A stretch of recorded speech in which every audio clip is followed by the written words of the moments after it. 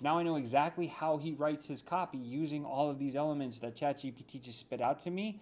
And all we have to do now is say, write this 3 email thing for me, or write 3 emails for me, or create a blog post, or write a VSL using this writing style, and then just paste his writing style into the prompt. So you can see here, it's going to go right here, create a 3 email sequence to get people to register for a live webinar that I'm hosting around the secrets of using ChatGPT prompts that change your life using the following writing style. And then I copied and pasted Neil Patel's writing style that ChatGPT gave to me right underneath that. And then boom, it spits out subject line of email, the exact email that Neil would probably write in his own voice. And now we have our email sequences. This is magic, because now you can take those emails and you can actually go through and make them a little bit more in your brand, your voice, and you did not have to pay some copywriter bajillions of dollars to do this.